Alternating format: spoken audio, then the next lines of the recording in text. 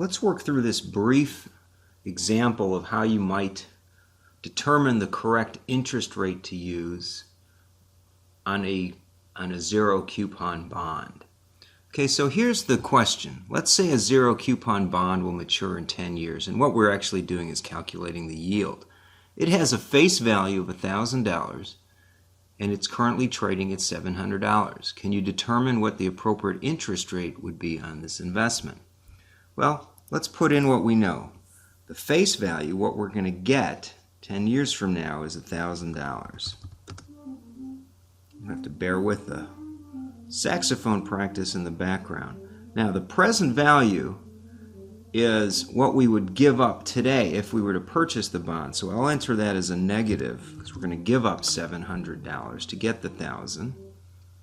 The number of periods is 10. And then Excel has a function called rate, which is pretty easy to use. That'll calculate the interest rate based on this investment. So we hit rate, hit left paren, call it up here,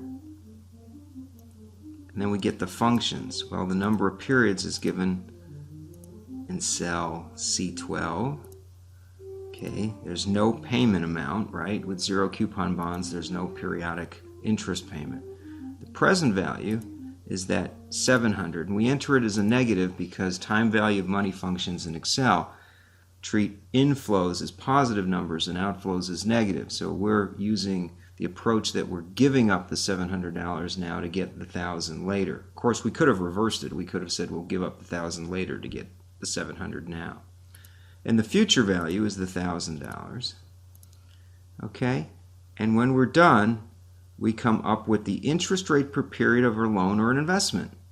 Okay? Now, this is all in annual amounts, so we hit enter, and there's our answer.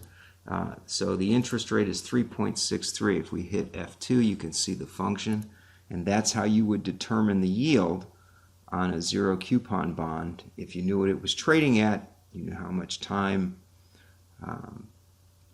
it would take before you get your money back, and also if you knew the face value of the bond. Okay? I hope that was helpful, everyone.